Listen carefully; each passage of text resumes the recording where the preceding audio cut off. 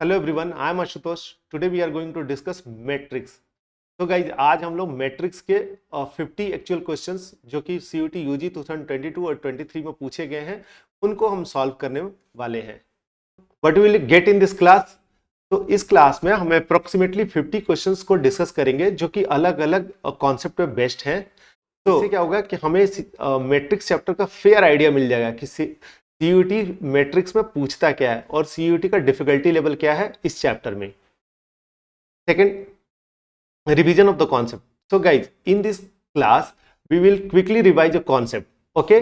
और उसके बाद हम लोग क्या करेंगे कि उस कॉन्सेप्ट पे बेस्ड हम CUET के एक्चुअल क्वेश्चन को सॉल्व करेंगे। इससे क्या होगा कि हमारा वो जो कॉन्सेप्ट होगा वो एकदम क्रिस्टल क्लियर हो जाएगा, okay guys. Third, shortcut and option elimination.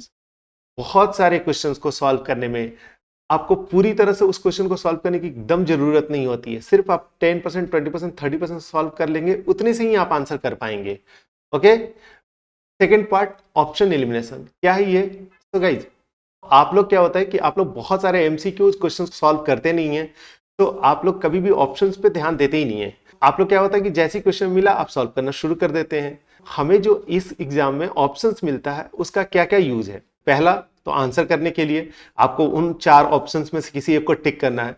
दूसरा, वो आपको गाइड करते हैं, आपको हेल्प करते हैं कि आपको कितना सॉल्व करना है, किस क्वेश्चन में क्या क्या वैल्यू निकालनी है, क्या क्या नहीं निकालनी है, ये हमें हिंट करता है ऑप्शंस।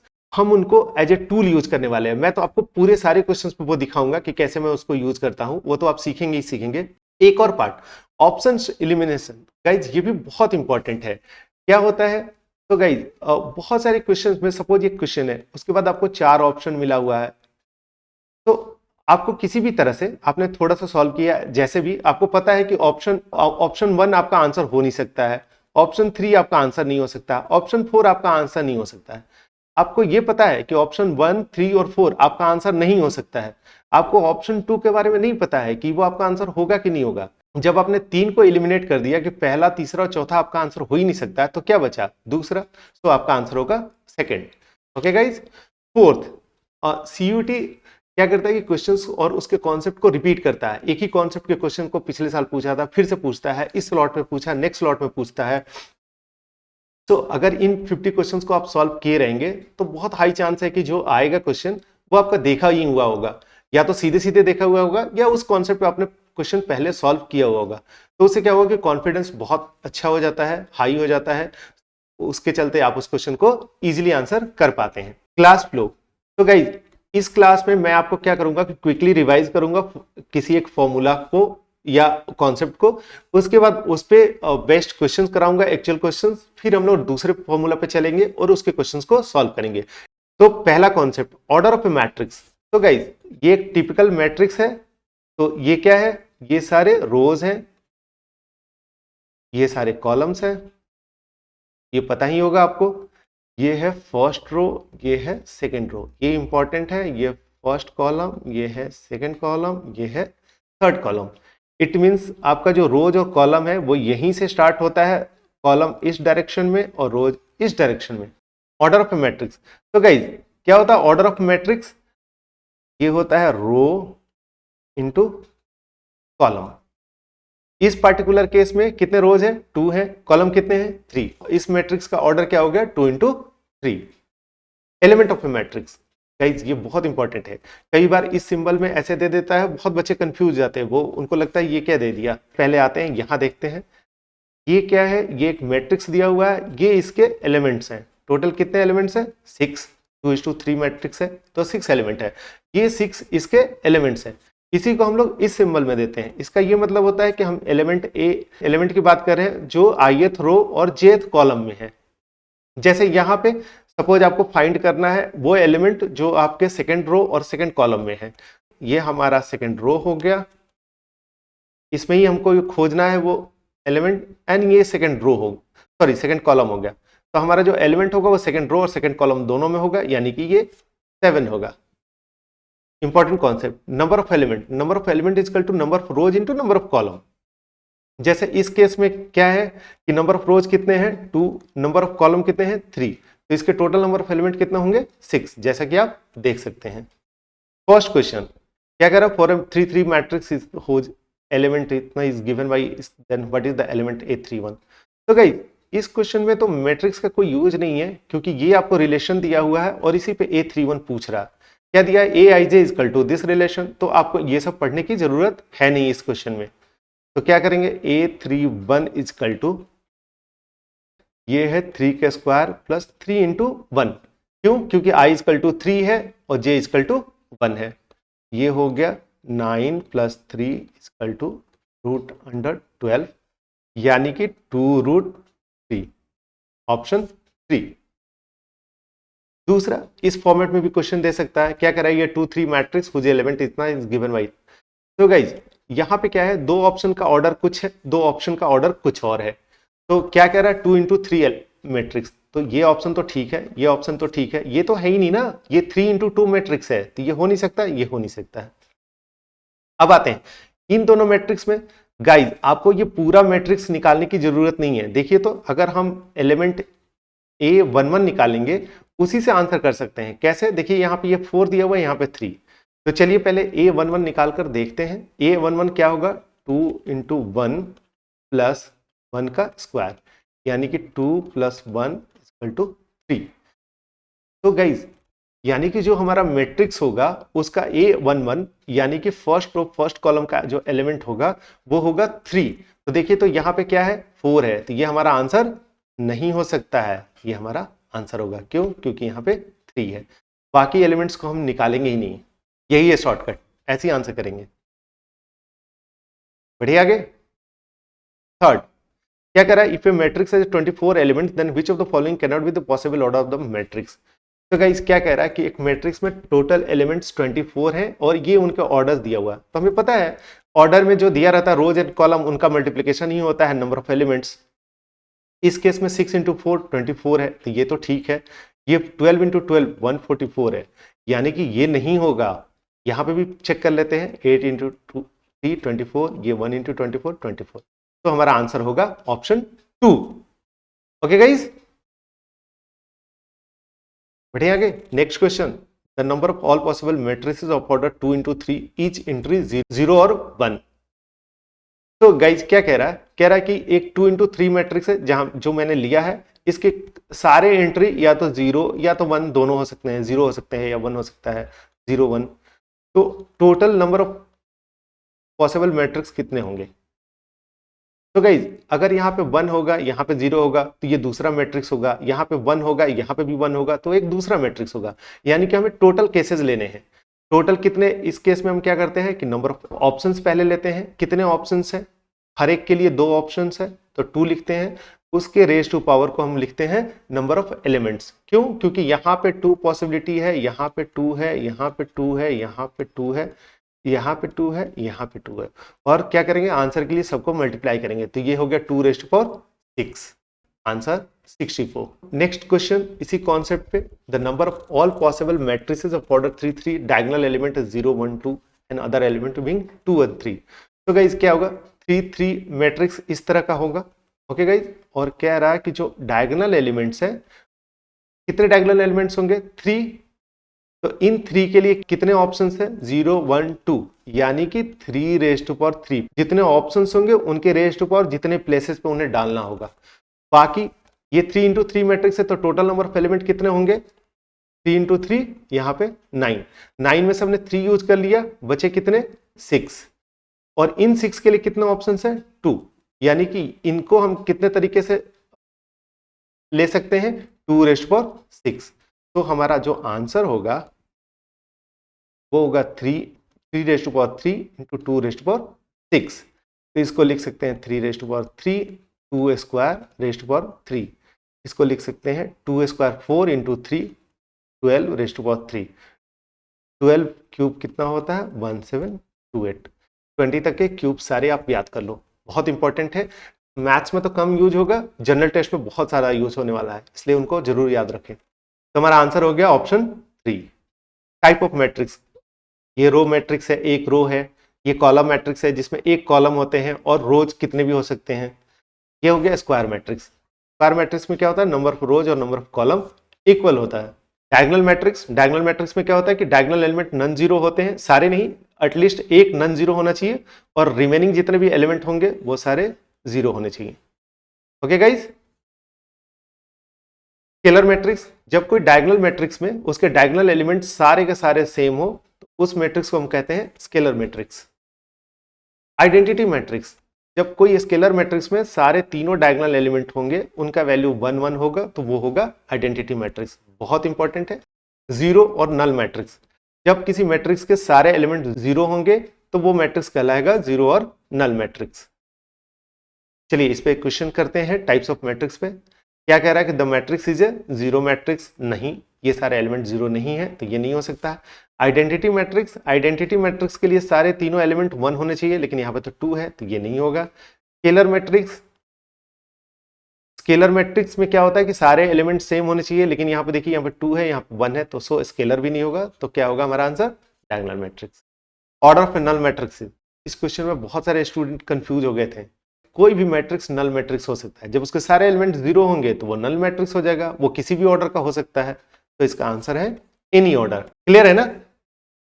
इक्वालिटी ऑफ मैट्रिक्स, चलिए इसको एग्जांपल से समझते हैं। क्या कहता है कि दो मैट्रिक्स को जब हम इक्वल करते हैं, जैसे यहाँ पे ये दिया हुआ है कि इफ ये matrix is equal to this matrix, इसका मतलब ये होता है कि इसके जो करस्पॉन्डिंग एलिमेंट है वो सेम होंगे, ओके, या इक्वल होंगे।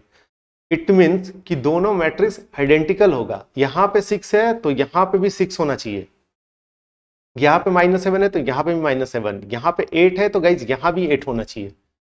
इसी कॉन्सेप्ट को यूज करके इस क्वेश्चन को हम लोग सॉल्व करेंगे। क्या पूछ रहा था, 5x + 3y, तो देखिए यहाँ पे 2x = 6 है, इट मीन्स क्या हुआ कि x = 3 हो गया, और यहाँ पे 5 पे y = -5 है, 5y = -5, इट मीन्स y = -1, तो x = 3 आ गया, तो 5 × x = 5 × 3 + 3 × -1, ये 15 - 3 =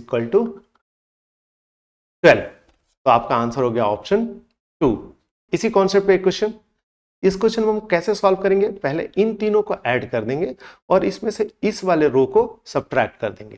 तो चलिए इन तीनों को ऐड कर लिए, इसमें से ये सब्ट्रैक्ट करते हैं, तो एक एक करके हटाते जाएंगे। जैसे ये y से y को हटा दिया, z से z को हटा दिया, w से w को हटा दिया, एक x से एक x को हटा दिया, अब बचा कितना यहाँ पे 2x। यहाँ भी हम लोग इन तीनों का ऐड किए थे तो यहाँ भी इन तीनों को ऐड करेंगे, 6 + 5 11 + 3 14, 14 में से हम क्या करेंगे 10 को सब्ट्रैक्ट करेंगे तो बचा 4, इट मीन्स x = आ गया 2।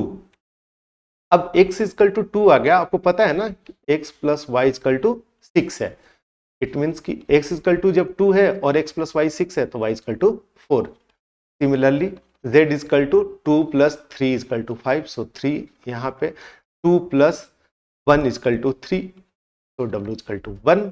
अब आपको फाइंड करना है क्या, x², तो x क्या है 2 का स्क्वायर प्लस y क्या है 4 का स्क्वायर है, माइनस w + z कितना है 3 + 1 4 का स्क्वायर, तो ये 4 का स्क्वायर से 4 का स्क्वायर कैंसिल आउट हो गया, बचा 2 का स्क्वायर, 2 का स्क्वायर = 4, आंसर हो गया ऑप्शन 3। एडिशन ऑफ मैट्रिसेस, तो गाइस दो या दो से अधिक मैट्रिक्स को ऐड करने के लिए उनका ऑर्डर सेम होना चाहिए, ठीक है। और जब भी मैट्रिक्स को ऐड करते हैं तो हम सारे एलिमेंट को उसके दूसरे मैट्रिक्स के कॉरस्पॉन्डिंग एलिमेंट्स के साथ ऐड करते हैं। ऐसा हम डिटर्मिनेंट्स में नहीं करते हैं। जब हम डिटर्मिनेंट्स में करते हैं तो हम सिर्फ एक कॉलम या एक रो को ऐड करते हैं, लेकिन यहाँ पे देखिए सारे एलिमेंट्स को ऐड कर रहे हैं। देखिए ए को पी से ऐड कर रहे हैं, बी को क्यू से ऐड कर रहे हैं, यहाँ देख सकते हैं सी को आर से ऐड कर रहे हैं, डी को एस से ऐड कर रहे हैं। ओके, क्लियर है ना, सिंपल है।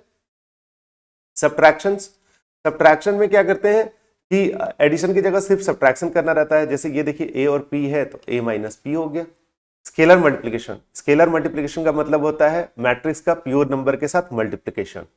तो देख लीजिए यहाँ पे k एक प्योर नंबर है, कुछ भी हो सकता है 2 4 2/5 लाइक दिस, और ये एक मैट्रिक्स है। तो जब इस प्योर नंबर से इस मैट्रिक्स में मल्टीप्लाई करेंगे तो क्या होगा कि इस प्योर नंबर से इस मैट्रिक्स के सारे एलिमेंट में मल्टीप्लिकेशन होगा। जैसे देखिए a में मल्टीप्लाई होकर ka बन गया, b में मल्टीप्लाई होकर kb बन गया, c में मल्टीप्लाई होकर kc बन गया, k से मल्टीप्लाई होकर kd हो गया। Question number 10, if 2 into this matrix plus 3 into this matrix is equal to 3 into this matrix, then find the value of ABCD। क्या निकालना है ABCD, यानी कि इस पोजीशन यानी कि आपको सारे पोजीशन वाले वैल्यू निकालने हैं। इट मींस कि आपको पूरा सॉल्व करना होगा। तो चलिए करते हैं, पहले ए से स्टार्ट करते हैं, यानी कि ए 1 पोजीशन वाले को पहले ऐड करेंगे।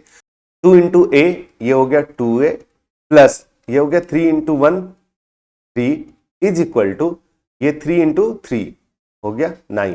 यहां से आ गया a equal to 9 minus 3 equal to 6, 6 divided by 2 equal to 3। Clear है? अब इस पे आते हैं, 2b प्लस 3 इंटू 0 0 होगा, इजकल टू 3 इंटू 4 12। तो 2b plus 0 is equal to 3 into 4 12। तो यहां से b इजकल टू आ गया 6। अब इस पोजीशन पे आते हैं, 2 इंटू सी 2c प्लस 3 इंटू 2 6 और 6 इंटू 3 18। तो 2c प्लस 6 इजकल टू 18। यहां से आ गया 18 minus 6 12, 12 divided by 2 equal to 6। तो c का वैल्यू भी आ गया 6। अब आते हैं d पे, क्या होगा 2d plus 3 into minus 1 minus 3 is equal to 3 into 5 15। Minus 3 इस तरफ जाएगा, प्लस 3 होगा, 15 प्लस 3 18 हो गया, 18 डिवाइडेड बाई 2 इजकल टू 9। तो d इजकल टू हो गया 9। अब आपको क्या निकालना था, a प्लस b। तो a equal to 3 plus b equal to 6 minus c equal to 6 minus d equal to 9। तो 6 प्लस 3 कैंसिल आउट हो गया इस 9 से। ठीक है, बच गया माइनस 6, लेकिन मॉड के साथ है तो ये हो गया plus 6। Question number 11, if a equal to this matrix and b equal to this matrix such that the b equal to 2a then the values of x and y are respectively. b equal to 2a है, इस relation को use करके आपको x and y का value निकालने हैं। चलिए निकालते हैं। सबसे पहले हम लोग इस एलिमेंट को लेंगे, पहले b को लिखेंगे, b plus y and b equal to क्या है 2 इंटू a है, 2 इंटू 2 प्लस x। यहां से आ गया y equal to 2 into x पहले लिखते हैं, तो 2x हो गया, 2 इंटू 2 4 माइनस 3 इजकल टू 1 हो गया। अब इस एलिमेंट को लिखते हैं, इन दोनों को लिखने से कोई फायदा नहीं है क्योंकि ये तो सीधे सीधे डबल दिया ही हुआ है। तो यहाँ पे लिखते हैं x minus 1 equal to 2 into y. यहां से हम क्या करेंगे कि यहां से y का वैल्यू यहां पे रख देंगे, तो 2 into 2x plus 1। It means कि x माइनस 1 इजकल टू हो गया 4x प्लस 2।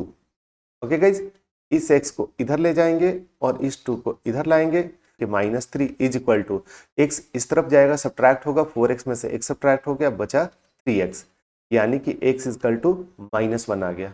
जब x इजकल टू माइनस 1 आ गया, हम यहाँ पे वैल्यू रख देंगे x का, यहाँ से हम y निकाल लेंगे। तो 2 into minus 1 plus 1 equal to minus 1। So x equal to भी माइनस 1 आ गया, y इजकल टू भी माइनस 1 आ गया, यानी कि हमारा आंसर हो गया ऑप्शन 3। क्लियर है? Multiplication of matrices. तो गाइज ये दो मैट्रिक्स दिया हुआ है a एंड b, a का ऑर्डर है m इंटू n, b का ऑर्डर है p इंटू q। तो a b को डिफाइन होने के लिए n इजकल टू p होना चाहिए। n क्या है, a का नंबर ऑफ कॉलम, p क्या है, b का नंबर ऑफ रोज। अगर हम दो मैट्रिक्स को मल्टीप्लाई कर रहे हैं तो उसमें से पहले वाले मैट्रिक्स का नंबर ऑफ कॉलम दूसरे वाले मैट्रिक्स के नंबर ऑफ रोज के बराबर होना चाहिए, तभी मल्टीप्लीकेशन डिफाइन होगा। और जब मल्टीप्लाई हो जाएगा तो उसका ऑर्डर क्या होगा, उसका ऑर्डर m इंटू क्यू होगा, यानी कि पहले वाले का रो और दूसरे वाले का कॉलम। ओके, क्लियर है? यहां से अगर ए बी दोनों स्क्वायर मैट्रिक्स होगा तब जो ए बी का ऑर्डर होगा वही बी ए का ऑर्डर होगा, वही ए का ऑर्डर होगा वही बी का ऑर्डर होगा। Of course A B non square matrix होगा तो ऑर्डर ए बी का ऑर्डर जो होगा वो बी ए का ऑर्डर के बराबर नहीं होगा।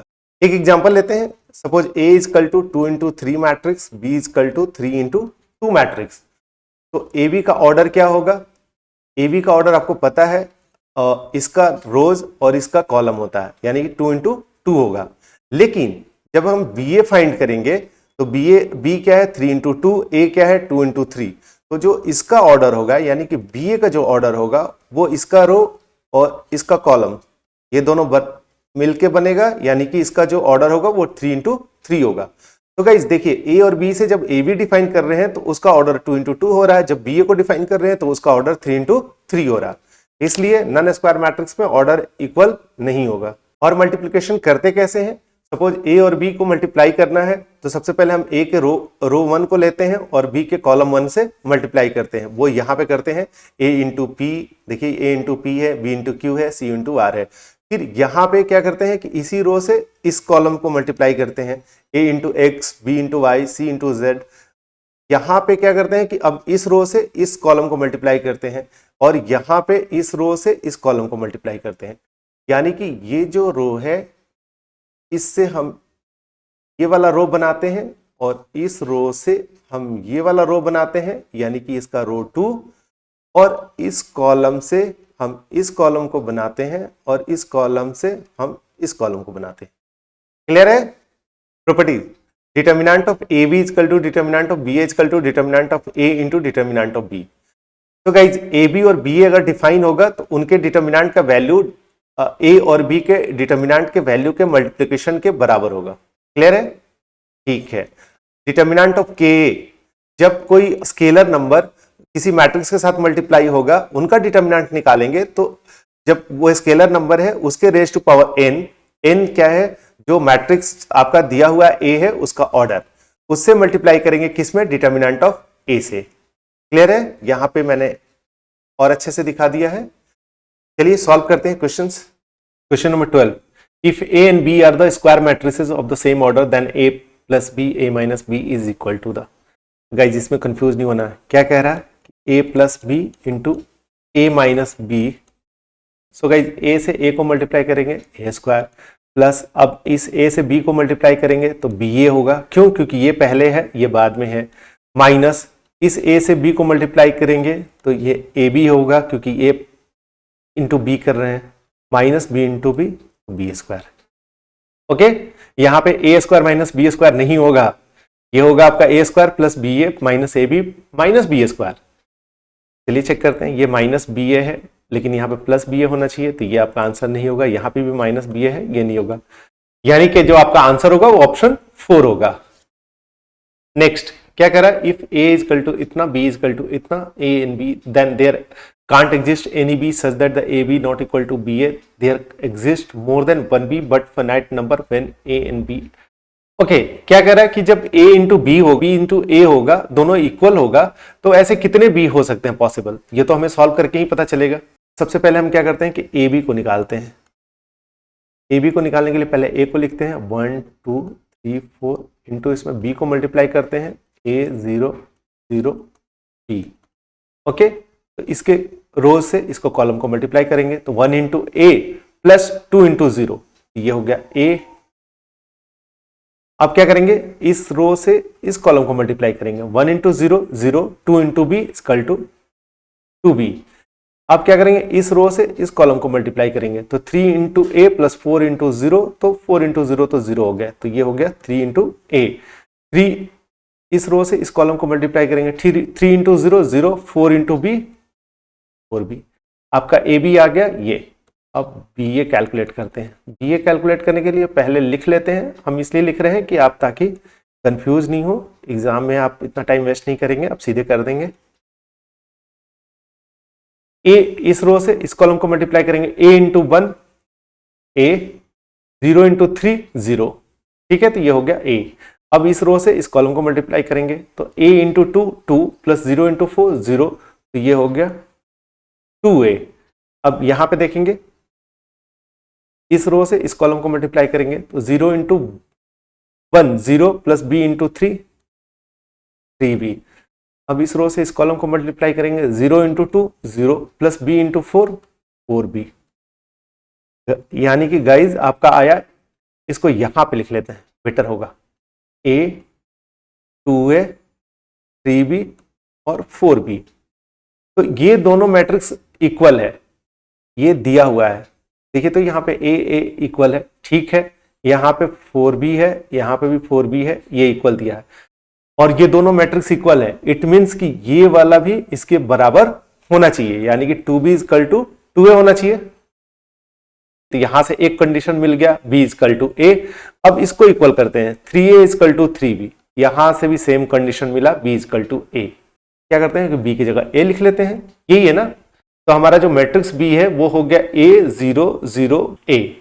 तो अब पूछ रहा है कि ऐसे कितने मैट्रिक्स हो सकते हैं b वाले? तो ऐसे तो बहुत सारे हो सकते हैं। क्यों? क्योंकि दिया हुआ है a और b नेचुरल नंबर है, यहाँ पे दोनों a हो गया, यानी कि इस केस में ये दोनों डिफरेंट नहीं है, सेम है। a का वैल्यू तो कुछ भी हो सकता है ना, 1 हो सकता है, 2 हो सकता है, 3 हो सकता है, 4 हो सकता है, इस तरह से इन्फिनाइट जा सकता है। जो बी मैट्रिक्स होगा वो इन्फिनाइट नंबर होगा। तो इसका आंसर होगा there exist infinite B when A B is equal to B A. इसका आंसर होगा ऑप्शन 4। क्वेश्चन नंबर 14 क्या कह रहा है, A is equal to this matrix, I is equal to this matrix, then and A square is equal to 8a plus K I, then the value of K is. Again guys इस question में भी हम लोग पूरा calculate नहीं करेंगे। यहां पे आपको पहले ए स्क्वायर निकालना है, फिर 8a प्लस के आई निकालना है, इन दोनों का ऐड करना है, फिर ये जो रिजल्टेंट आएगा उससे इससे इक्वल करना है और वहां से आपको रिलेशन फाइंड करके के का वैल्यू बताना है। ओके गाइज, है लंबा चौड़ा, लेकिन इसमें हम सारे एलिमेंट को कैलकुलेट नहीं करेंगे, यही हमारा यहाँ पे शॉर्टकट रहेगा। तो हम क्या करेंगे, जब हम ए स्क्वायर कैलकुलेट कर रहे हैं तो 1 0 -7 7, ए को 2 बार लिख लेते हैं। इस एलिमेंट को फाइंड करने के लिए यहां वाले एलिमेंट को क्या करते हैं, इस रो से इस कॉलम को मल्टीप्लाई करेंगे। 1 × 1 1 प्लस 0 × -7 0 हो गया, तो ये आ गया 1। बाकी यहां पे के एलिमेंट को हम अभी कैलकुलेट नहीं करेंगे। एलएचएस में हमें पता चल गया कि एलएचएस का जो मैट्रिक्स होगा वहां पे ये जो एलिमेंट होगा A11 वो हमारा 1 होगा। आरएचएस में भी फाइंड करते हैं, तो क्या करते हैं कि 8 × A है, इट मीन्स कि यहाँ पे 8 है, यहाँ पे 0, यहाँ पे -6 56, यहाँ पे 56 हो गया। क्यों? क्योंकि हमने इसमें 8 से मल्टीप्लाई कर दिया। प्लस के आई मैट्रिक्स तो हमें पता है आइडेंटिटी मैट्रिक्स है, उसमें के से मल्टीप्लाई कर दिए, यानी कि ये के 0 0 और के हो गया। इस मैट्रिक्स को में भी हम इसको ऐड करेंगे। ये मैंने पूरा इसलिए लिख दिया कि ताकि आपको एक्सप्लेन करने के लिए, यहां इस वाले आरएचएस में भी जब आप फाइंड करेंगे तो आपको सिर्फ इस एलिमेंट को फोकस करना है, ठीक है ना। मैं आपको फिर दोबारा भी करके दिखाता हूं। तो क्या आ गया, यहां पे 8 प्लस के आ गया, ये आपको कैलकुलेट नहीं करना है। अब ये दोनों जो ये मैट्रिक्स है दोनों इक्वल है, इट मींस कि 1 इज इक्वल टू 8 प्लस के। यहां से के का वैल्यू आ गया। Question number 15, if A is then A48। Guys इस तरह के प्रश्न भी बहुत पूछे गए हैं, बहुत बार। इस तरह के क्वेश्चन में हम क्या करते हैं कि ए स्क्वायर निकाल देंगे और कभी कभी ए क्यू तक निकालना पड़ेगा। उसके बेसिस पे हम उनका जो पैटर्न देख लेंगे, उस पैटर्न के अकॉर्डिंग हम आंसर कर देंगे, जनरलाइज कर देंगे हम अपने आंसर को। दिखाता हूं क्या कहना चाह रहा हूं। ए मैट्रिक्स ऐसा है 1 0 1/3 1। अगेन लिखते हैं इसको, क्योंकि हम मल्टीप्लाई करने वाले हैं, इसको मल्टीप्लाई करेंगे इससे, तो 1 × 1 1 प्लस 0 × 1/3, तो 1 आ गया। अब इस रो को इस कॉलम से मल्टीप्लाई करेंगे, 1 × 0 0 × 1, तो यहां पे हो गया 0। अब इस रो को मल्टीप्लाई करेंगे हम इस कॉलम से, तो 1/3 × 1 1/3 प्लस 1 × 1/3, यानी 1/3 प्लस 1/3। अब इसको इस कॉलम से मल्टीप्लाई करेंगे, 1/3 × 0 plus 1 × 1 1। A square is equal to क्या आ गया, 1 0। देखिए यहां पे भी 1 है, यहां पे भी 1 है, यहां पे 0 है, तो यहां पे भी 1 है, यहां पे भी 1 है, वहां पे 0 है। यहां पे 1/3 है, तो यहां पे आ गया 2 × 1/3, तो यहां 2 × 1/3 आ गया। स्क्वायर करने पे डबल हो गया, इट मींस क्यूब करने पे ट्रिपल होगा। इट मींस कि a raised to power 48 is equal to होगा 48 × 1/3 इक्वल टू 16। यहां पे है 16, तो इसलिए हमारा आंसर हो गया। क्लियर है ना। यहां पे 1 होना चाहिए, यहां पे 1, यहां पे 0 और यहां पे होना चाहिए 16। तो आंसर हो गया आपका ऑप्शन 2। जब भी इस तरह के क्वेश्चन पूछेगा तो हम क्या करेंगे कि स्क्वायर क्यूब तक निकालना पड़ेगा। स्क्वायर से ही मोस्टली आंसर हो जाएगा, कभी कभी रिक्वायर्ड होगा अगर ऑप्शन ऐसे दे देंगे तो फिर क्यूब तक निकालेंगे। जैसे ये क्वेश्चन है, ये मैं आपको होमवर्क के लिए दे रहा हूं, आप घर पे खुद से कर लेना, a raised to power n निकाल कर चेक कर लोगे। Question number 17, if a and b are square matrices of order 3, if determinant of a is equal to 5 and determinant of b is equal to 3, then the value of 3ab is 3ab। कैसे निकालते हैं? ये एक scalar number है और ये A B एक matrix होगा। मैट्रिक्स के साथ कोई स्केलर मल्टीप्लाई होगा तो क्या होता है, स्केलर का पावर उतना ही होता है जो मैट्रिक्स का ऑर्डर होता है। तो इस मैट्रिक्स का ऑर्डर 3 है, यानी 3 इंटू ए बी का डिटरमिनेंट। क्लियर है ना। इसके बाद ये 3 हो गया, 27 लिख लीजिए, ये वैसे छोड़ दीजिए। अब ए और बी का डिटरमिनेंट है तो आपको पता है ये ए डिटरमिनेंट इंटू बी डिटरमिनेंट होगा। ओके गाइज, तो 27 इंटू ए का डिटर्मिनेंट है 5 इंटू बी का डिटर्मिनेंट है 3। अब इसको कैलकुलेट कर लीजिए, चाहे तो आप यहां पे भी पूरा कैलकुलेट नहीं करें तो भी आंसर कर सकते हैं। क्यों? क्योंकि ये देखिए ना बहुत दूर दूर ऑप्शन है। तो कैसे देखिए, तो 27 इंटू 15 आया आपका, ये 27 इंटू 10 से बड़ा होगा और 27 इंटू 20 से छोटा होगा ना, क्योंकि 27 इंटू 10 से तो ये बड़ा होगा क्योंकि 15 है और 20 से छोटा होगा। तो 27 इंटू 10 हो गया 270, 27 इंटू 20 हो गया 540। तो आपका आंसर 270 और 540 के बीच में होगा, जो कि सिर्फ ऑप्शन 3 है। Question number 18, if A is equal to इतना and square matrix B satisfy the AB is equal to 8i then the value of determinant of B। यहां से AB is equal to 8i है, तो यहां से हम इसका क्या करेंगे कि डिटर्मिनेंट निकाल देंगे, इधर भी डिटर्मिनेंट निकाल देंगे। तो इधर तो होगा 8 रेज़ टू पावर 3 इंटू आई का डिटर्मिनेंट। तो 8 रेज़ टू पावर 3 इंटू आई का डिटर्मिनेंट 1 होता है। पता है ना, आइडेंटिटी मैट्रिक्स का डिटर्मिनेंट ऑलवेज 1 होता है, चाहे उसका ऑर्डर 2 हो, 3 हो, 4 हो। इट मीन्स कि आपका ए का डिटर्मिनेंट इधर यहाँ पे ब्रेक कर देंगे, ए का डिटर्मिनेंट इंटू बी का determinant equal to 8 raise to power 3 यानी कि 512। बी के डिटर्मिनेंट का वैल्यू निकालने के लिए आपको ए का डिटर्मिनेंट का वैल्यू पता होना चाहिए। अब इसको निकालने के लिए, सॉल्व करने के लिए क्या करेंगे कि सिंपली या तो हम सीधे सीधे डिटर्मिनेंट का वैल्यू निकाल सकते थे, या हम नहीं तो इनको क्या करें कि इस कॉलम को, कॉलम 2 को कॉलम 1 में ऐड कर देंगे, उसी तरह कॉलम 2 को कॉलम 3 से भी ऐड कर देंगे। यहां पे लिखते हैं तो कॉलम 2 तो एज इट इज रह जाएगा -1 -2 1। यहाँ पे जब कॉलम 2 कॉलम 1 में ऐड होगा तो यहाँ पे 0, यहाँ पे -1, यहाँ पे 3।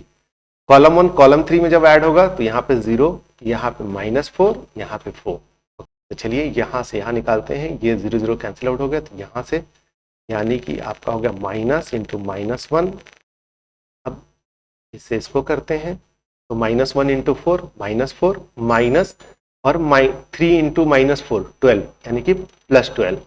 ओके गाइज, ये खत्म हो गया। 12 - 4 इजकल टू 8, यानी कि आ गया आपका ए का डिटर्मिनेंट 8 होगा इंटू बी का डिटर्मिनेंट इजकल टू 512।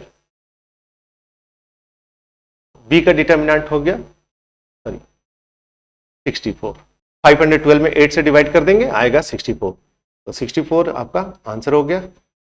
बढ़िया, आगे ट्रांसपोज ऑफ ए मैट्रिक्स कि जब भी ट्रांसपोज लेते हैं तो उसका रो कॉलम में बदल जाता है, कॉलम रोज में बदल जाता है। पता ही है आपको, ये सारे प्रॉपर्टीज हैं। यहाँ पे छूट गया है गाइज, यहाँ पे होना चाहिए एक और ट्रांसपोज।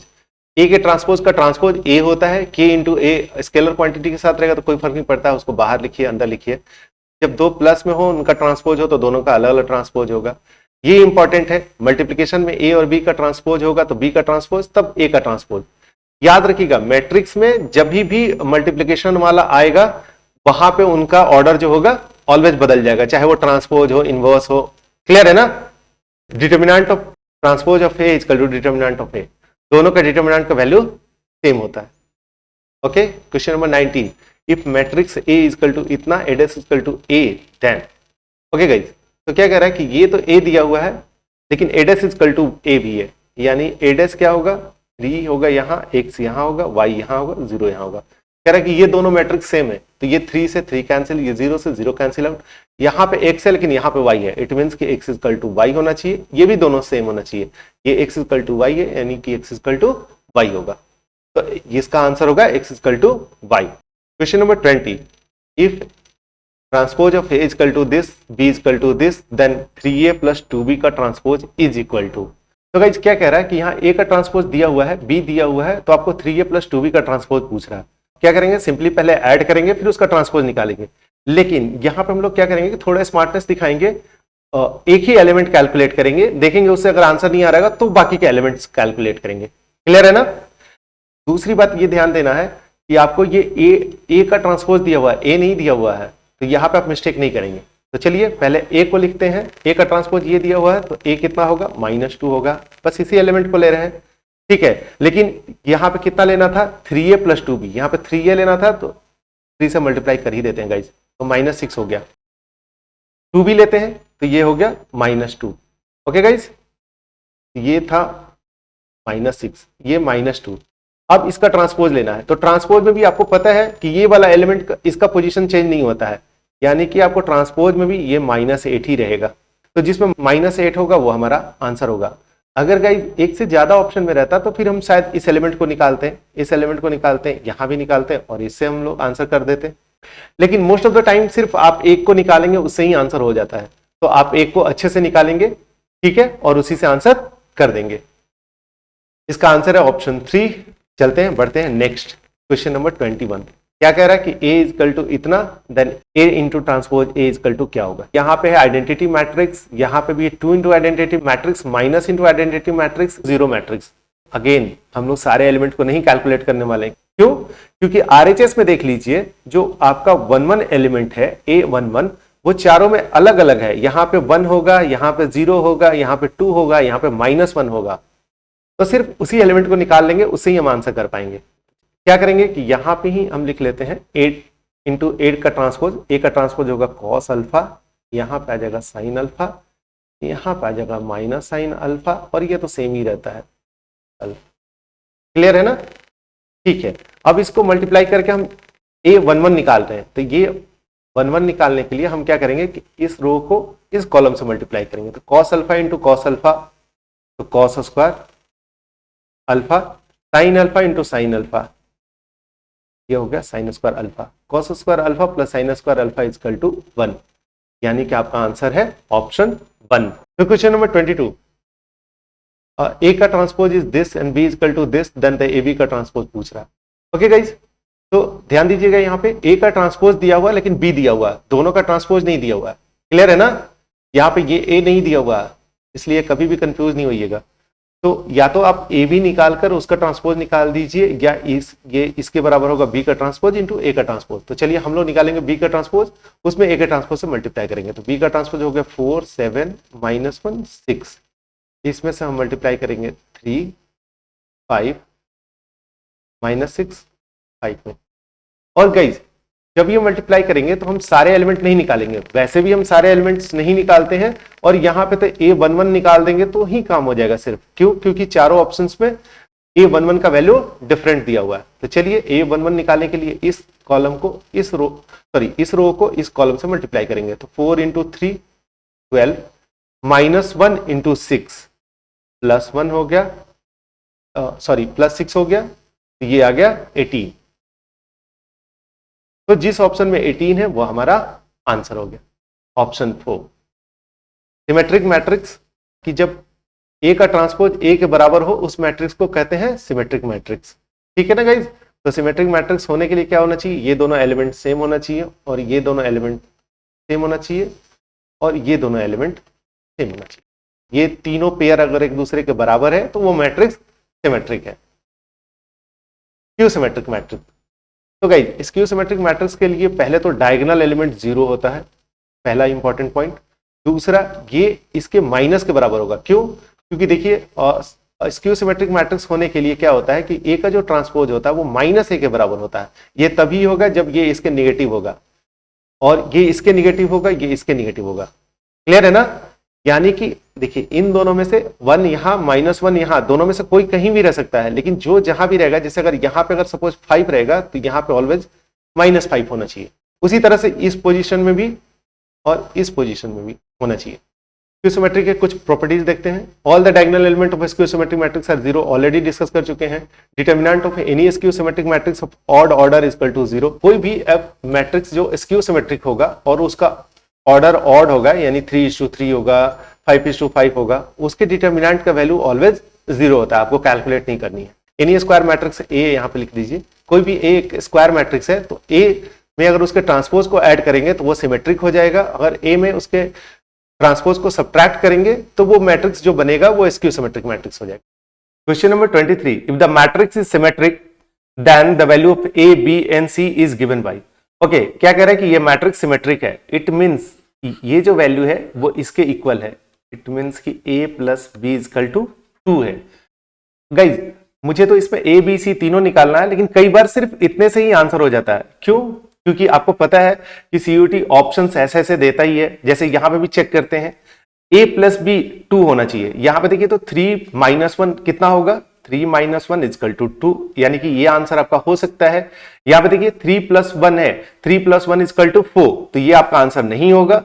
यहां पे देखिए -3 प्लस 1, ये इन दोनों को ऐड करेंगे तो यहां पे वैल्यू होगा -2, ये भी आंसर नहीं हो सकता है। यहां पे भी देखिए -3 और 1 है, यहां पे भी -2 आ जाएगा, तो ये भी आंसर नहीं हो सकता है। तो बस आप इतने से आंसर कर सकते थे ऑप्शन 1, लेकिन हम लोग इसको पूरा सॉल्व करेंगे ताकि आप सीख ले।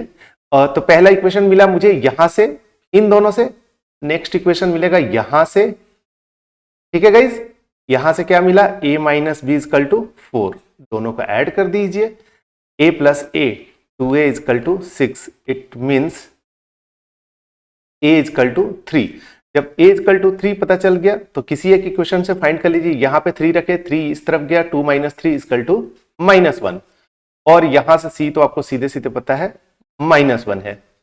ओके गाइज, तो c इजकल टू -1। बढ़िया, आगे नेक्स्ट क्वेश्चन नंबर 24 क्या करा, if a equal to then 2a plus 7a dash is equal to. Okay guys, यहां पे देखिए तो 2 इंटू ए है, और ये जो ट्रांसपोज वाला मैट्रिक्स है इसको भी ए में कन्वर्ट कर दिया है, यानी कि ये ट्रांसपोज अपने मैट्रिक्स में कन्वर्ट हो रहा होगा। तो चलिए देखते हैं पहले मैट्रिक्स का प्रॉपर्टी। यहाँ पे 1 है, यहाँ पे भी 1 है, यहाँ पे 4 है, यहाँ पे 4 है, यहाँ पे 7 है, यहाँ पे 7 है। ओह, ये तो सिमेट्रिक मैट्रिक्स है, इसके मतलब कि ए डैश के बराबर है, यानी कि इसको हम 7a लिख सकते हैं ए डैश को। तो 2a प्लस 7 इजकल टू 9 है, सिंपल।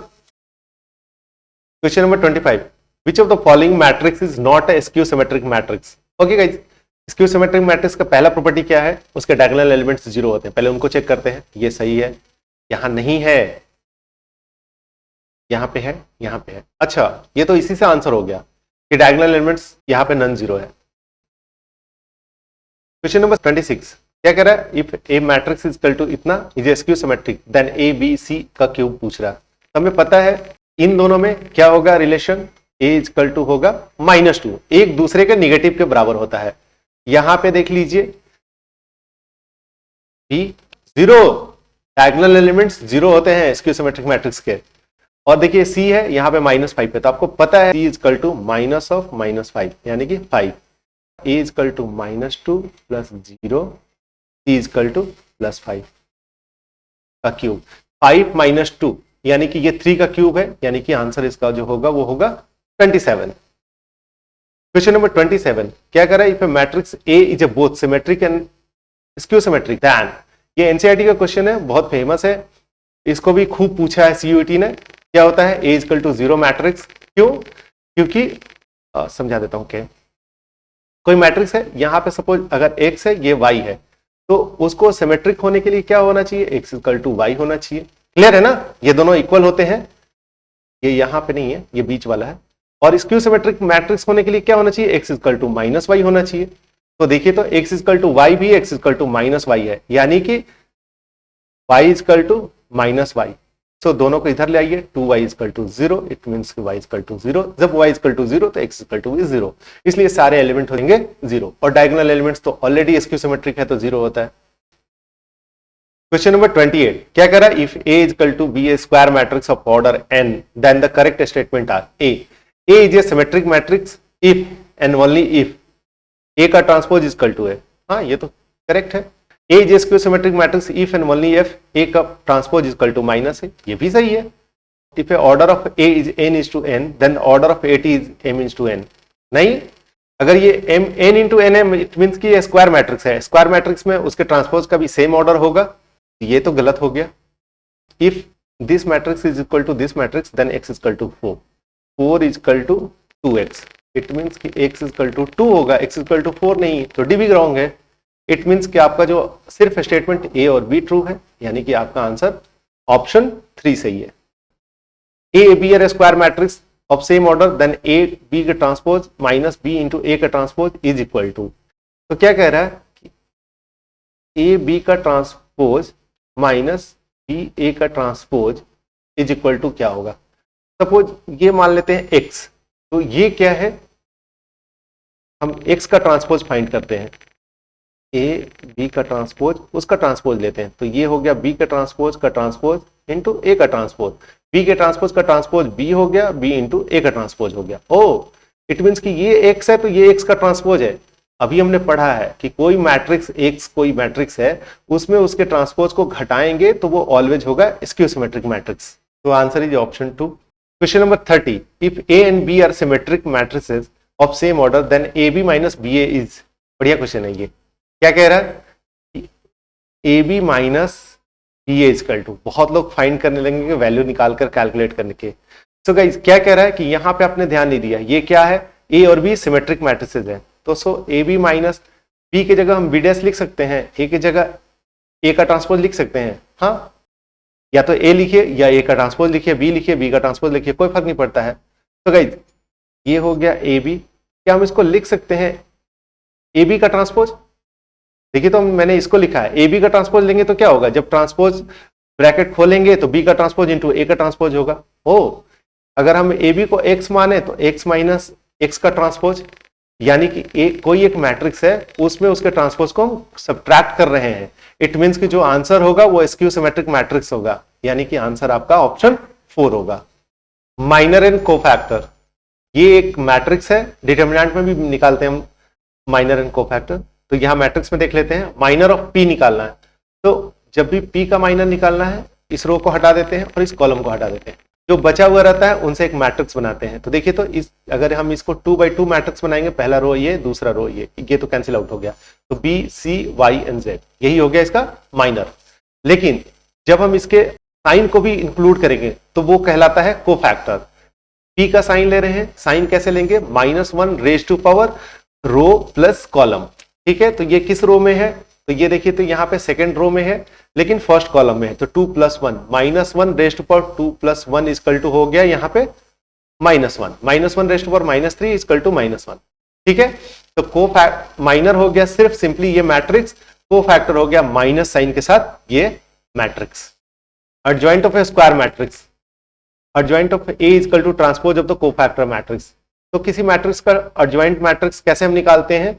क्या करते हैं हम कि उस मैट्रिक्स के कोफैक्टर का मैट्रिक्स लेते हैं और उसका ट्रांसपोज ले लेते हैं, वही हमारा होता है एडजॉइंट।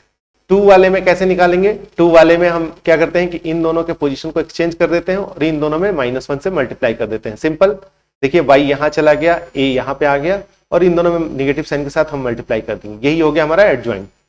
एडजॉइंट के कुछ important formula, a dot adjoint of a equal to adjoint of a dot a equal to a का determinant into identity matrix.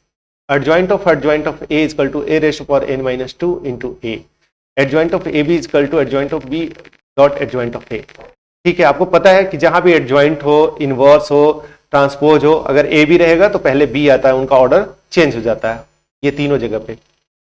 Adjoint of a का ट्रांसपोज a के ट्रांसपोज के एडजॉइंट के बराबर होता है। Adjoint of k equal to k raise to power n-1 into adjoint of a। जब k a के साथ मल्टीप्लाई रहेगा, उसका एडजॉइंट निकालेंगे तो k raise to power n-1 हो जाएगा। अब डिटर्मिनेंट वाले फॉर्मूलाज देख लेते हैं। Adjoint of a equal to a raise to power n-1। जब भी किसी मैट्रिक्स का एडजॉइंट निकालेंगे तो वो a का रेज़ टू पावर n-1 होता है। एडजॉइंट ऑफ k निकालना होगा, इंपॉर्टेंट है ये, k raise to power n-1 होगा, फॉर्मूला 6 से। क्लियर है? अब आपको पता है किसी मैट्रिक्स के साथ कोई स्केलर मल्टीप्लाई होगा तो कैसे निकलता है? स्केलर बाहर आता है रेज़ टू पावर n, जितना जिस ऑर्डर का वो मैट्रिक्स होगा, इनटू a का determinant whole raise to power n-1। ये वाला तो है ही ऑलरेडी, ये इंपॉर्टेंट है। Adjoint of a equal to adjoint of a raise to power n-1 determinant of a raise to power n-1 का होल स्क्वायर, इन्हीं से डिराइव कर सकते हैं आप। Adjoint of a raise to power m equal to adjoint of a का raise to power m। Adjoint of identity matrix equal to identity matrix itself. ठीक है ना? कोई भी आइडेंटिटी मैट्रिक्स का एडजॉइंट भी वही सेम आइडेंटिटी मैट्रिक्स होता है। क्वेश्चन नंबर 31 क्या कह रहा है कि अगर a इक्वल टू ये है तो इसका एडजॉइंट क्या होगा? तो ये तो सिंपल है, हमें पता है ये 4 यहाँ पे चला जाएगा, 3 यहाँ पे हो जाएगा, ये निगेटिव हो जाएगा -2, ये निगेटिव हो जाएगा -1 into minus equal to 1, 4 1 -2 3,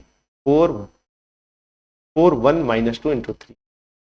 question number 32, if a is then adjoint of a। देखिए यहाँ पे भी हम सारे एलिमेंट को नहीं निकालेंगे, अकॉर्डिंगली आप निकाल लेंगे। क्या करना रहता है कि पहले हम कोफैक्टर मैट्रिक्स निकालते हैं, तो पहले 1 का कोफैक्टर निकालिए।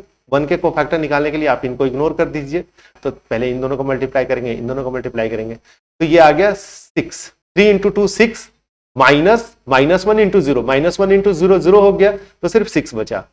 अब इसका ट्रांसपोज लेंगे तो इसका ट्रांसपोज में भी 6 का पोजीशन तो नहीं चेंज होगा, यही रहेगा। देखते हैं सिर्फ इससे आंसर कर पाते हैं कि नहीं कर पाते हैं। नहीं करेंगे तो दूसरे एलिमेंट को कैलकुलेट करेंगे। देखिए यहाँ पे तो 6 नहीं है तो ये हमारा तो आंसर हो ही नहीं सकता। यहाँ पे 6 है तो ये हमारा आंसर हो सकता है, जरूरी नहीं कि यही हो।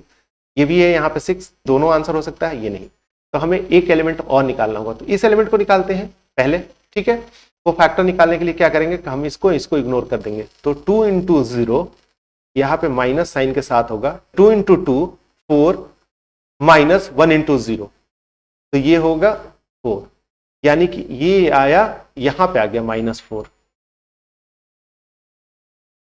ठीक है गाइस ना, यहां नहीं, क्यों? क्योंकि ये तो कोफैक्टर मैट्रिक्स था, इसका ट्रांसपोज लेंगे तो यहाँ पे 6, यहाँ पे -4 होना चाहिए। देखिए तो गाइस यहाँ पे 6, यहाँ पे -3 है, तो ये हमारा आंसर नहीं हो सकता है। यहाँ पे 6 है, यहाँ पे -4 है, तो जब भी हमारा आंसर होगा यही ऑप्शन 3 होगा। Question number 33, if A is equal to then adjoint of A is equal to. यहाँ पे पहले एडजॉइंट ऑफ ए देख लेते हैं क्या हो। Adjoint of A is equal to A का determinant raise to power n-1, n होता ऑर्डर, यहाँ पे ऑर्डर है 3, 3 - 1 इज इक्वल टू 2, यानी कि आपका आंसर जो होगा ए का डिटर्मिनेंट का स्क्वायर होगा। लेकिन इस क्वेश्चन में ये भी नहीं कैलकुलेट करना था, क्यों? क्योंकि ऑप्शंस ऐसे दिए हुए हैं। देखिए तो 11, 12, 25 -25 कैसे मुझे दिख गया, दिखाता हूं। देखिए तो गाइस जो ए का डिटर्मिनेंट होगा इसका कुछ भी वैल्यू होगा, सारे इंटीजर्स में है, यानी कि इंटीजर होगा, 7 होगा, -8 होगा, ऐसे ही होगा ना, कुछ वैल्यू पॉजिटिव में होगा या निगेटिव में होगा जो ए का डिटर्मिनेंट आएगा। जब उसका स्क्वायर करेंगे, 7 का स्क्वायर करेंगे तो ये आएगा 49, जब -8 का स्क्वायर करेंगे तो ये आएगा 64, यानी कि जो आपका आंसर होना चाहिए वो एक परफेक्ट स्क्वायर होना चाहिए और पॉजिटिव परफेक्ट स्क्वायर होना चाहिए। देखिए तो 11 का एक परफेक्ट स्क्वायर है, नहीं है, 12 नहीं है, 225 है, 15 का स्क्वायर, तो ये आपका आंसर हो सकता है। ये भी नहीं हो सकता है, ये निगेटिव परफेक्ट स्क्वायर है, तो बचा सिर्फ एक ही ऑप्शन, थर्ड, तो यही हमारा आंसर होगा। यहाँ पे आपको कैलकुलेट करना ही नहीं था, नहीं तो अदरवाइज आप डिटर्मिनेंट का वैल्यू निकालेंगे फिर उसका स्क्वायर निकालेंगे। Question number 34, if A is a square matrix of order 3 and A dot adjoint of A is equal to 10i, then the value of 1/2500। तो गाइस अगर आप फॉर्मूला नहीं जानते तो फिर ये बहुत कॉम्प्लेक्स क्वेश्चन होगा, लेकिन हमने पढ़ लिया है A dot adjoint of A is equal to क्या होता है, A का determinant into I matrix, identity matrix. It means कि इसका वैल्यू हो गया 10, तो एडजॉइंट ऑफ A का वैल्यू कितना होगा, A raise to power n-1, यानी A रेज़ टू पावर 2, ठीक है ना, क्योंकि ये ऑर्डर 3 का है।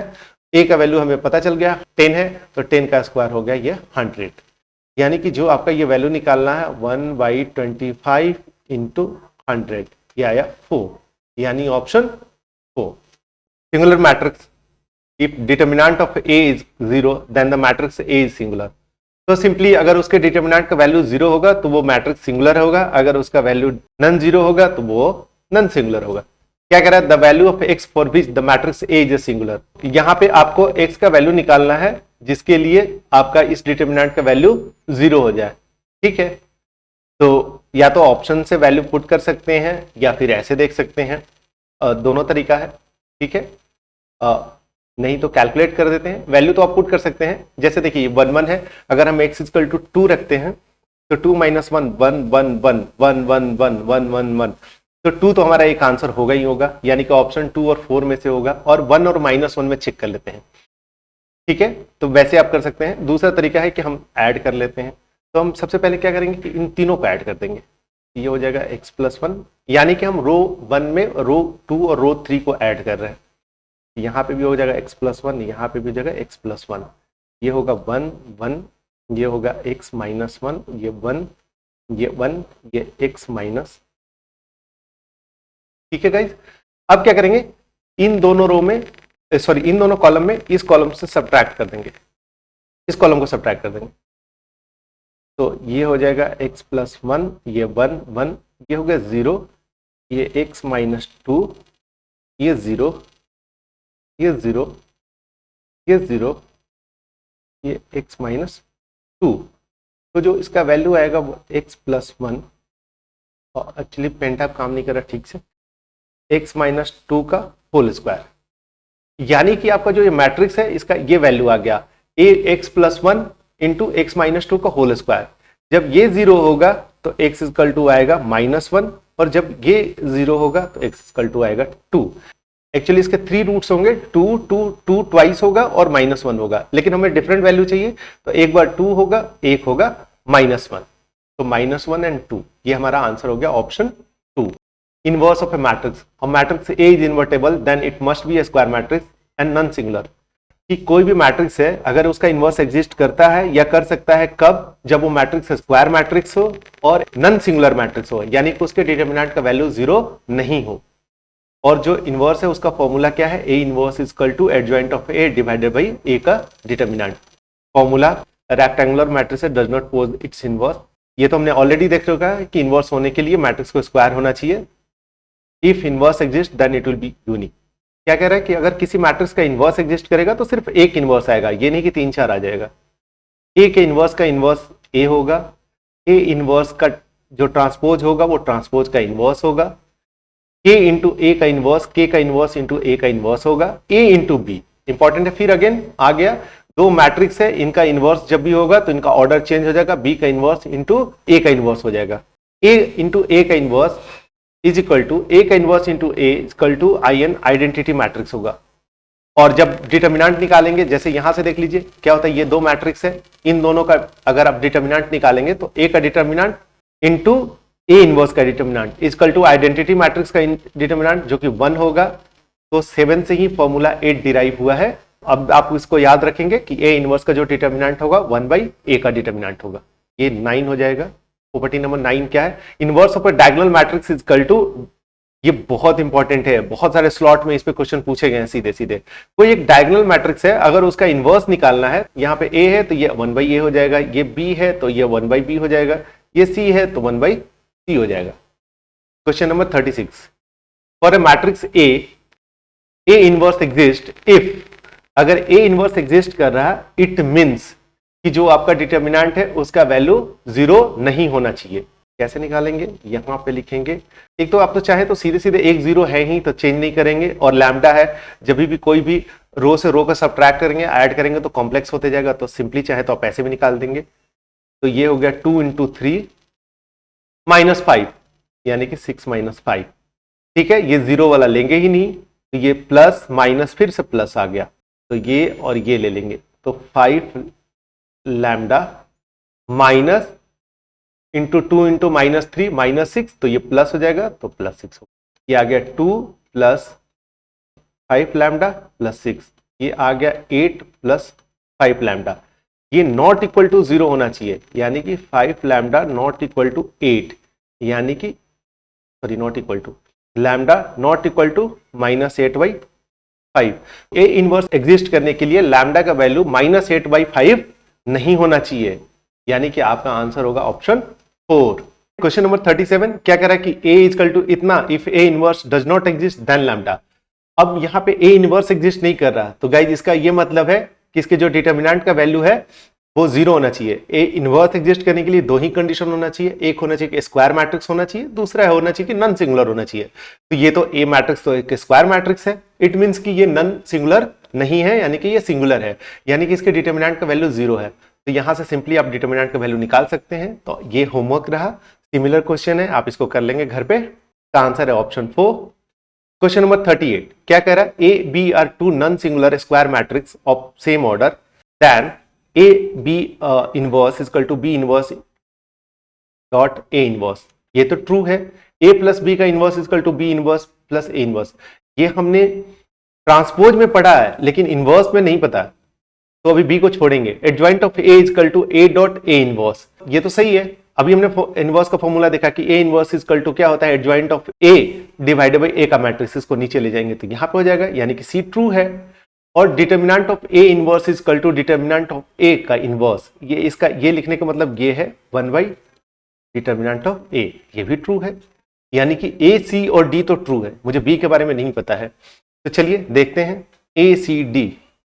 हाँ, ऑप्शन 4 ए सी डी, कहीं भी A B C D all 4 तो है ही नहीं, तो हम बी को चेक करेंगे ही नहीं। Question number 39, if A is equal to this and A inverse is this then the value of x is.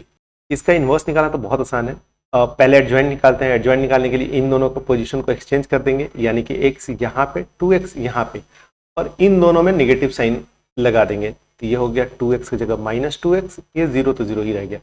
ये किसके बराबर है, और डिवाइड अभी ही कर देते हैं इसके डिटर्मिनेंट से, 2x into x 2x square minus 2x into 0 तो 0 हो गया, तो 2x equal to 1 0 minus 2 2। Okay guys, तो क्या हुआ, x divided by 2x square equal to 1, यहाँ से आ गया x equal to half, x cancel out, x यहाँ गया तो x 1/2 यहीं पे रह गया। ठीक है गाइज, या आप इनमें से किसी को भी ले सकते थे, जैसे यहाँ पे -2x divided by 2x square equal to -2, -2 से -2 कैंसिल आउट होगा, x कैंसिल आउट हो गया, ऊपर चला गया तो x equal to half. Question number 40, if a is this b is this then the a inverse. तो इस क्वेश्चन में क्या करेंगे, पहले a का डिटर्मिनेंट निकाल लेते हैं, b का डिटर्मिनेंट निकाल लेते हैं, उसके बाद उनके रिलेशन को हम फाइंड कर लेंगे। ठीक है, तो a के डिटर्मिनेंट कैसे निकालेंगे, क्या करते हैं कि कॉलम 1 को कॉलम 2 में ऐड कर देते हैं, कर दीजिए। तो कॉलम 1 तो एज इट इज रहेगा 1 2 0, ये हो गया 0, ये हो गया 5, ये हो गया 1। कॉलम 3 भी एज इट इज रहेगा 0 4 2। यहां से निकाल लीजिए value, 5 into 2 10 minus 4 equal to 6, यानी कि जो मेरा ए का डिटर्मिनेंट है वो आ गया 6। अब बी के डिटर्मिनेंट को निकालते हैं।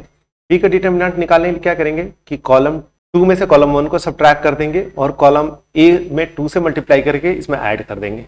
कॉलम 1 तो एज इट इज रह जाएगा 2 माइनस 4 2, यहाँ पे 0, यहाँ पे -6, ठीक है, यहाँ पे -3, सॉरी यहाँ पे +6, 2 माइनस -4 +6, और यहाँ पे डबल करके ऐड कर देंगे तो ये तो 0 हो गया, यहाँ पे -4 into 2 -8 plus -4 -12, 2 into 2 4 plus 5 9। Okay guys, तो आपको यहाँ से निकालना है, यानी कि डिटर्मिनेंट बी का जो होगा वो 2 इंटू 6, ये भी 9 था सॉरी, 6 इंटू 9 54, ये 2 इंटू 2 ट्वाइस प्लस 5 9 होगा, माइनस 12 इंटू 3 36, लेकिन दोनों में माइनस है और साथ में एक तीसरा माइनस आता है जो माइनस वाला माइनस होता है, यानी कि ओवरऑल माइनस रहेगा, तो ये आ जाएगा 2 into 18 equal to 36। A inverse कितना होगा, ए इजकल टू 6 है तो ए इनवर्स जो होगा हमारा 1/6। अगर ये ट्रू है तो ए के इनवर्स का जो डिटर्मिनेंट है वो बी के बराबर होना चाहिए, तो बी का जो डिटर्मिनेंट है वो 36 है, 1/6 36 के बराबर नहीं है, तो ये आंसर नहीं हो सकता है। ये तो और नहीं हो सकता है, बी के बराबर ही नहीं है, 6b तो बहुत ज्यादा हो गया, तो ये भी आंसर नहीं होगा। एक इनवर्स 6b के बराबर ही नहीं है तो 10b हो गया, ये भी आंसर नहीं हो सकता है। इसको चेक करते हैं, बी का इनवर्स, बी का इनवर्स होगा guys 1/36 is equal to 1/6 into A का इनवर्स हो गया 1/6, तो 1/6 1/6 36, हमारा आंसर होगा option 4। Question number 41, A and B are non-singular square matrix of same order than A, B inverse, inverse। ये तो सिंपल है, हमें पता है कि ये दो मैट्रिक्स है, इनका इनवर्स लेना है, तो क्या होगा B inverse raise to power inverse into A का इनवर्स, B के इनवर्स का इनवर्स B होगा इंटू A का इनवर्स होगा B into A inverse, option 3। Question number 42, the inverse of matrix A is, आसानी से निकाल सकते हैं, इनको एक्सचेंज कर देते हैं, दोनों सेम है, कोई फर्क नहीं पड़ता है, 2 2 रहेगा, ये दोनों निगेटिव हो जाएंगे, -1 -3 डिवाइडेड बाई इनका डिटर्मिनेंट 2 इंटू 2 4 -1 इंटू 3 3, ये 1 हो गया, यानी कि यही रह गया, यानी कि जो आपका मैट्रिक्स है वो ये है 2 -3 -1 2 2 -3 -1 2, ऑप्शन 2। सिंपल था। If A is a matrix of order 3, A dot adjoint of A plus adjoint of A dot A equal to 8i, then the value of A inverse is. हमने पढ़ लिया है कि A dot A adjoint equal to क्या होता है, A into I, यही चीज 2 टाइम्स है, तो यानी 2 इंटू A डॉट I होगा, ये बराबर है 8i का, यहां से A का जो डिटर्मिनेंट है वो आ गया 4, तो A इनवर्स का डिटर्मिनेंट पूछ रहा है, A इनवर्स का डिटर्मिनेंट होगा 1/4, आपका आंसर हो गया option 2। Question number 44. If A is a non-singular square matrix of order 3, A inverse is 24, then the value of 2A adjoint 3 है। ये एक एडजॉइंट का अच्छा क्वेश्चन है, इनफैक्ट इसमें इनवर्स भी है, क्यों, क्योंकि यहाँ पे भी स्केलर है और यहाँ पे भी स्केलर है। तो अगर आप इसको आंसर कर पाए ना, तो जो भी एडजॉइंट के डिटर्मिनेंट निकालने वाले क्वेश्चन होंगे आप उनको इजिली आंसर कर पाएंगे, इससे टफ नहीं आएगा। तो ये क्या है कि कैसे इसको सॉल्व करेंगे, तो यहाँ पे देखिए पहले इन सारे को एक डिटर्मिनेंट मानेंगे, A dot adjoint of 3A, और ये साथ में एक स्केलर है, तो स्केलर को हम पहले बाहर निकाल लेंगे जब भी हम इसके डिटरमिनेंट का वैल्यू निकालते हैं। तो क्या होगा, जब बाहर निकालेंगे तो 2 और इसका एक 2 का पावर कितना होगा, जो ऑर्डर ऑफ द मैट्रिक्स होता है, तो 2⁻³ इंटू ये A dot adjoint of 3A ये होगा। अब इसको ब्रेक करेंगे 2⁻3। अब ये दो मैट्रिक्स है, ये एक मैट्रिक्स है, ये एक मैट्रिक्स है, इन दोनों को अलग अलग करेंगे तो क्या होता है, ये A का determinant dot adjoint of 3A इसका डिटरमिनेंट। तो A का डिटरमिनेंट हमें पता है क्या, नहीं पता है, A इनवर्स पता है, तो A इनवर्स से हम A निकाल लेंगे, A equal to 1/A inverse यानी कि 1/24। तो ये आ गया 2⁻³ इंटू 1/24 इंटू, अब एडजॉइंट ऑफ 3A निकालना है।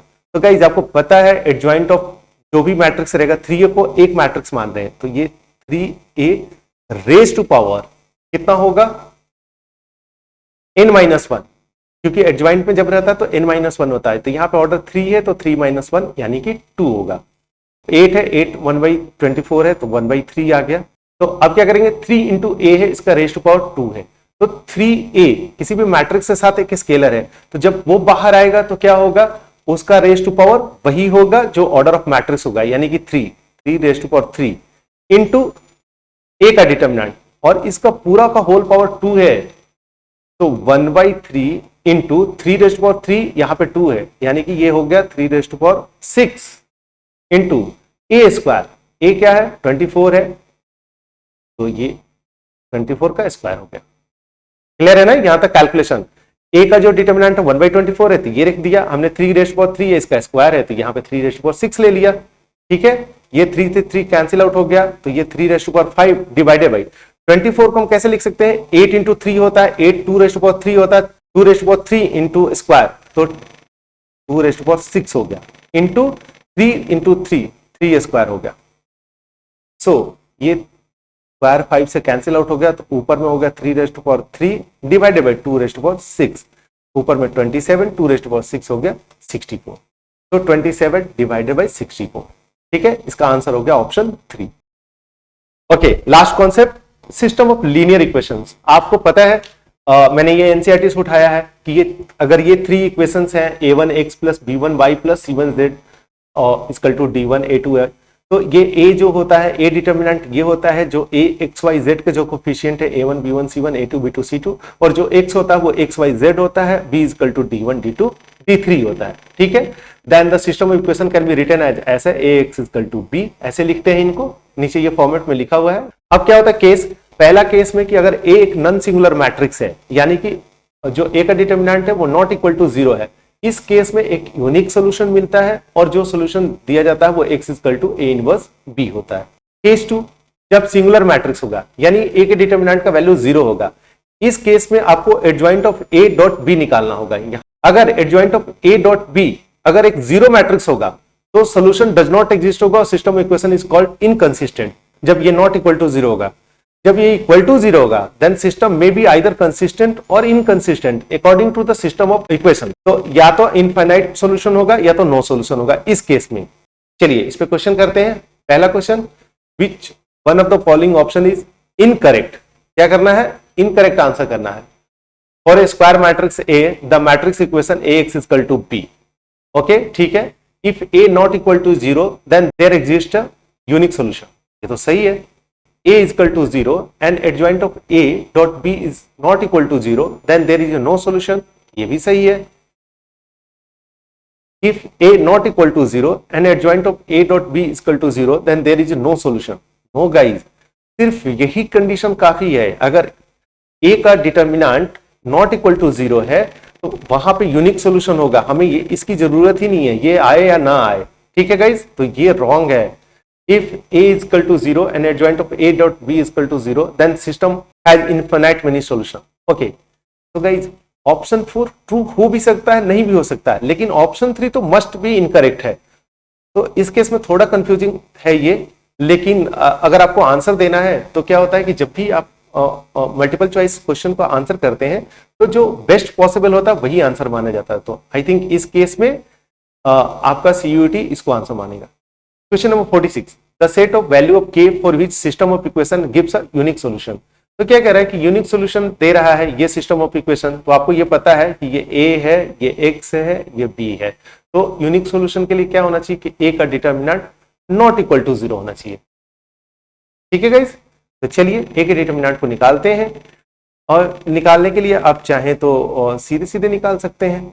2 इंटू ये लिए ऐसे, तो 5 इंटू 3 माइनस k इंटू 0, यानी कि ये हो गया 15 सिर्फ, माइनस 3 लेते हैं।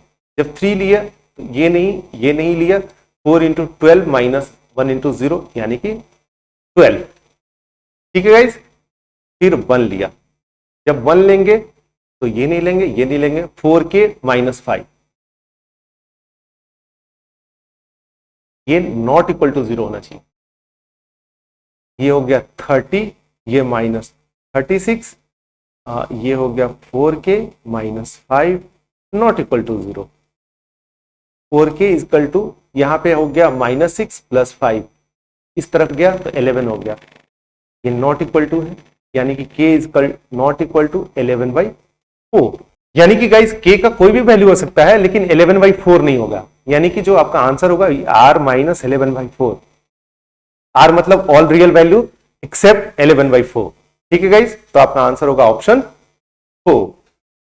Question number 47, the system of equations 3x plus 4y is equal to 5, 6x plus 7y is equal to -8 is written in the matrix form as।